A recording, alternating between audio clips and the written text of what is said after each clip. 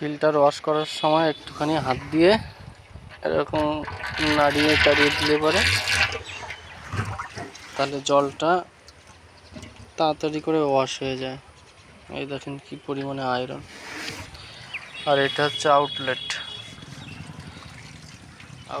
দিয়ে আয়রন বেরোচ্ছে।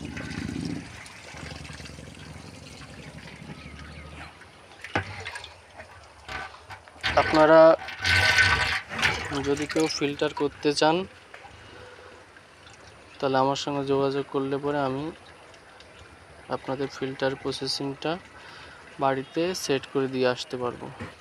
এবং এই যে আয়রন জলটা দেখছেন, এই আয়রন জলটার থেকে আপনারা অনেক ভালো জল পাবেন। আর এই আয়রন জল আমাদের প্রচুর ক্ষতি করে শরীরের।